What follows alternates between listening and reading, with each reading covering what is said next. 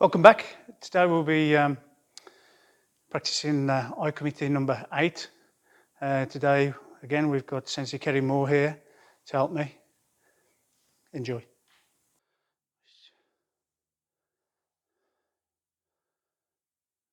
Aye.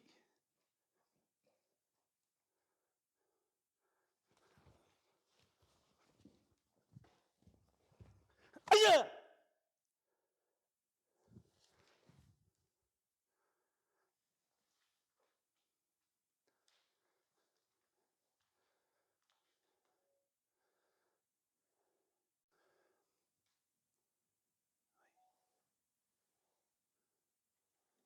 Aye.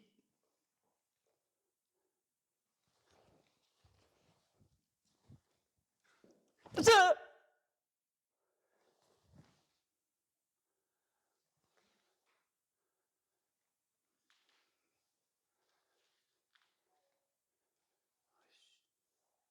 Ohyo Kumite number 8. I think the fundamental part about this is to do ushiro-geri. And when you're doing ushiro-geri or any type of kick, Kerry, then you need to work on the center line. You don't have to do this, it's just a suggestion. You've most probably seen in the full run through at the start. It's not exactly as textbook, right? There are certain parts that I've altered slightly. So yeah, let's start off with the ushiro-geri. When you're learning ushiro-geri, most people start off in your zenkutsu dachi, your junzuki stance, yeah, and you would start off similar to this. So if you think about it, this is my center line, and this is the center line of the person that I'm attacking. Yeah. So if you can keep your eyes on this part, usually when you learn ushiro-geri, you take your foot across, you turn, you do ushiro-geri. If you notice, my center line has actually moved quite a distance. Watch again. Center line of the uke. If you start doing this here, can you see where my center line and where the ushiro-geri goes? Yeah, it's not actually on the center line. So you might want to practice your ushiro-geri by using tatai seishan. You work around the center line. Your heel and toe is on the center line. You are working on the center line. So when you actually come to do your ushiro-geri from tatai seishan, you are closer to the center line of the uke, the person that you're attacking. So again, look at the differences. Now I've shown you the two. Junzuki stance. So that's across, turn, leg has to come over here, Kerry. Now ushiro-geri using your tatai seishan.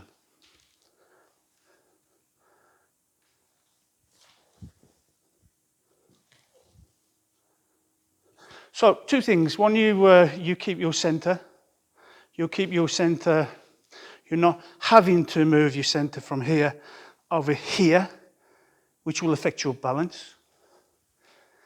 You will actually miss the target because you've gone off center. Yeah, and this will take you longer.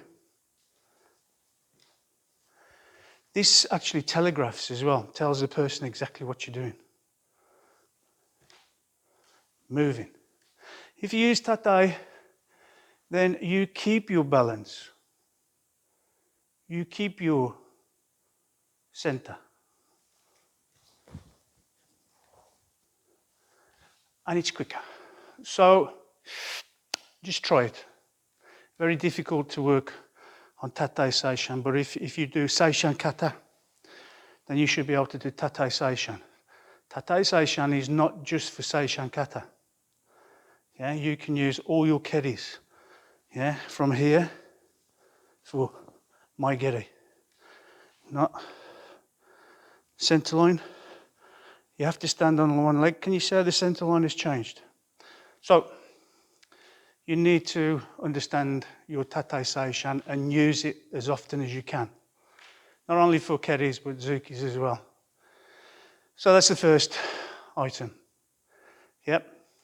Next thing is if you've seen the series of Ohyo Kumites, this is an attacking ashibarai, not a hooking, but you're actually trying to kick their legs away from it underneath them. 1, 2, then drop into your ushiro-geri. Okay, the next thing you might want to try is not to apply this. Can I use your sensei? Fighting stance, please. If I do ushiro-geri and pull back, but not pull back in the same direction, you're going to get hit. Yeah, so you always want to try and keep your ushiro-geri the same way as you do mai-geri. Mai-geri is out and back. Mashi-geri, out and back. Sokuto, out and back. So why does ushiro-geri do this? Now, try and keep it basic. You can do it again. Do it again, again, again, or you can run off this direction. So think about attacking with your ushiro-geri out and back the same way, not out and then start spiraling. Next thing is to try and use your leg to reach. In this position, Sensei Kerry, he's finding it difficult to hit my head. Could hit my kidneys, but as soon as I start moving,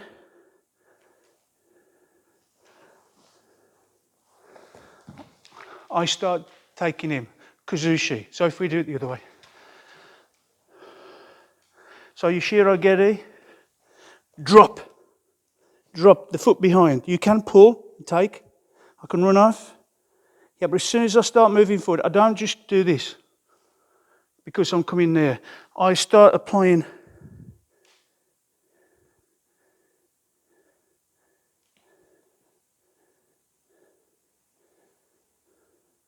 Can you see I've destroyed his balance?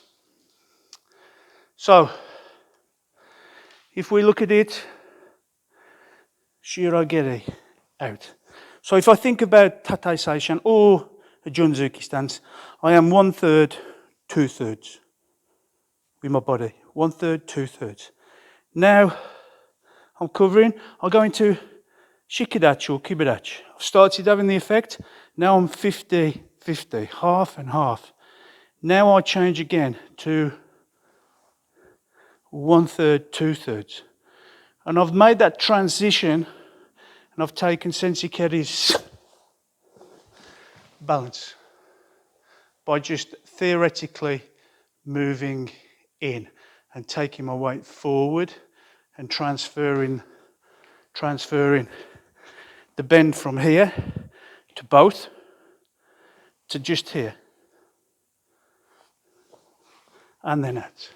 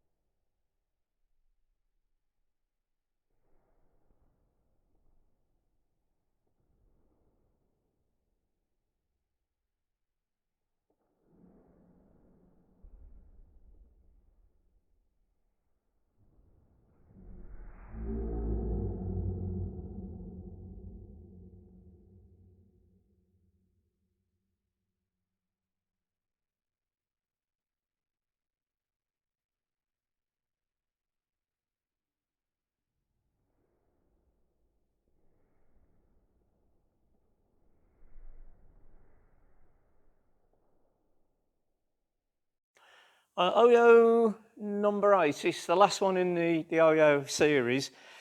Not really a great deal you can offer from Uke's point of view. So if we can talk about partner work in general and a couple of concepts that you may find useful and help you to push forward. The whole thing with partner work is this concept of mai, which is made up of two words, ma, which relates to your distance and your timing, and I. And the I is the same as in Aikido, which means to harmonise. So in this Ohyo, you're trying to harmonise your movement with Tori. He's trying to sweep, so as the sweep comes in, you're moving back, but you don't want to go so far back that you can't counter-attack if you need to. So there's not a lot going on from Uke's point of view, but this is your chance to really consider mai and this harmonising with your opponent. If you go to extremes, you can leap out of the way.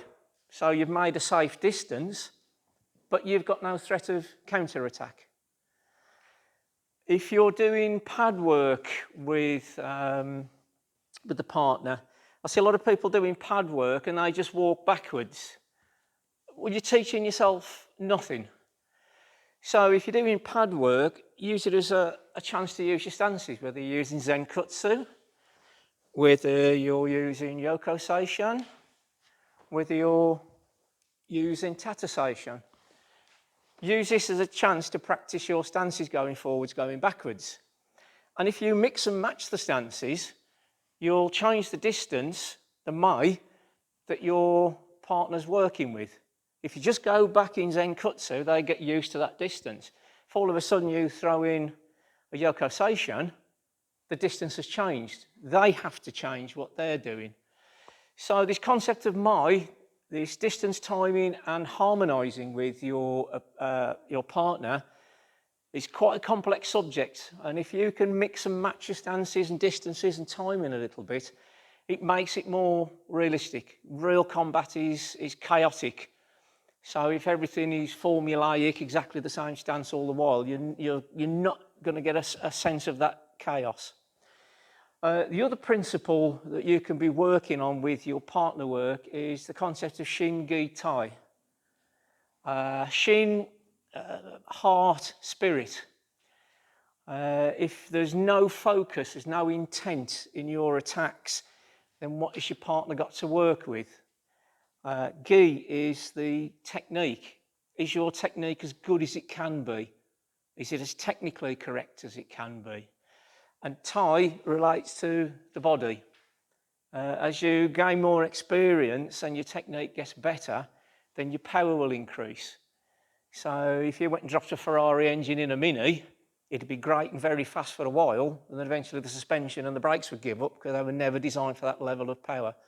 So your body needs to be, well conditioned, well strong. You don't need to pump iron and pump weights, but doing squats and press-ups, body weight exercises keeps your body strong enough to withstand what you're doing.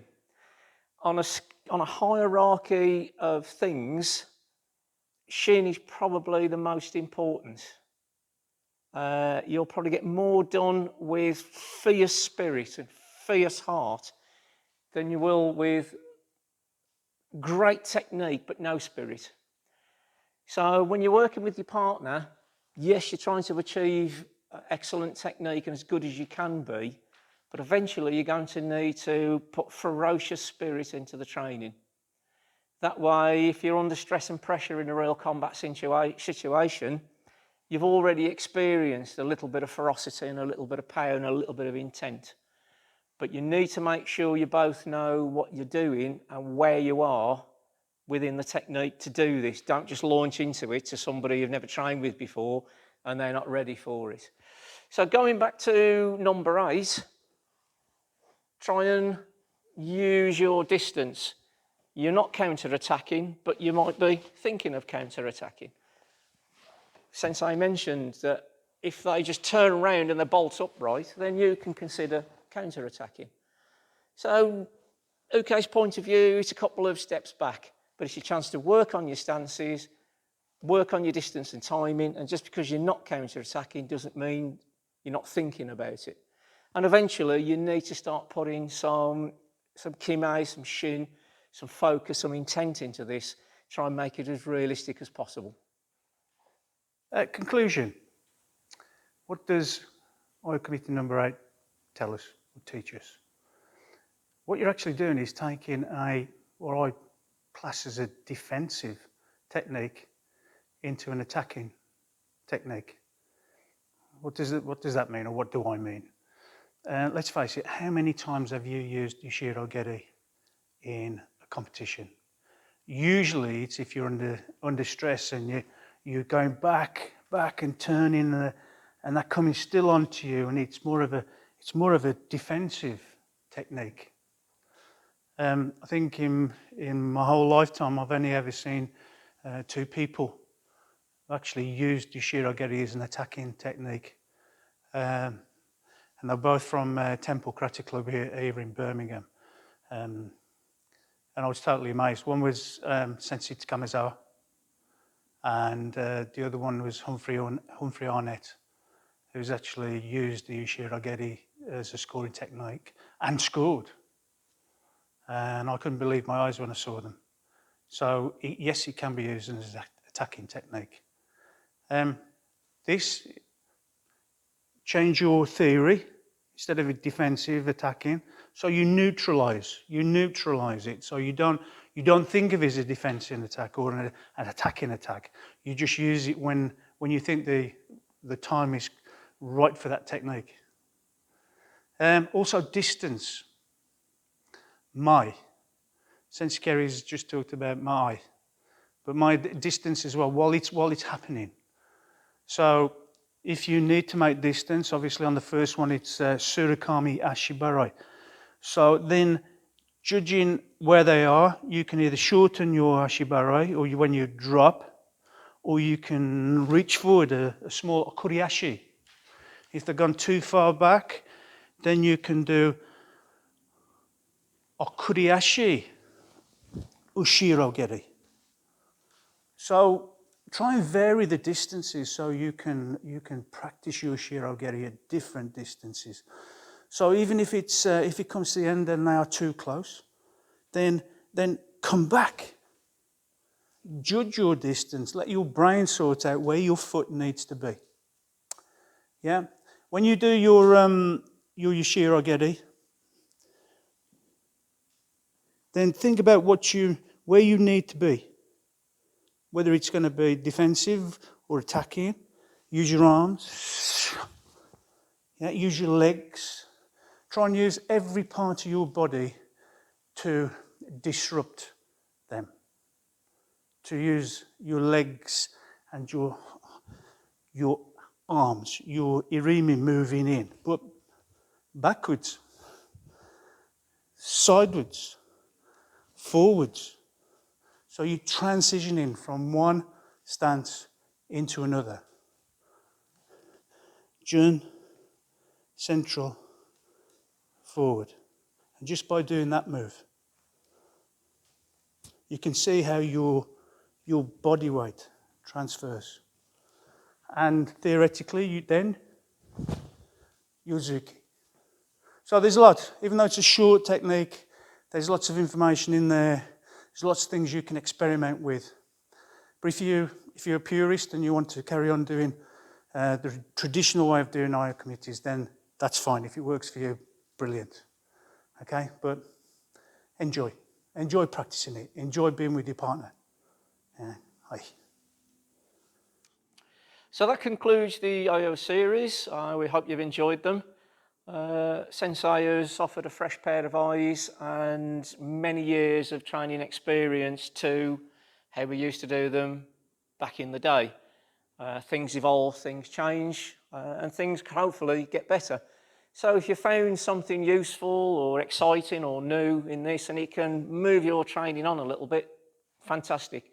As Sensei mentioned, if you like the traditional method and that's the way you're comfortable, fantastic.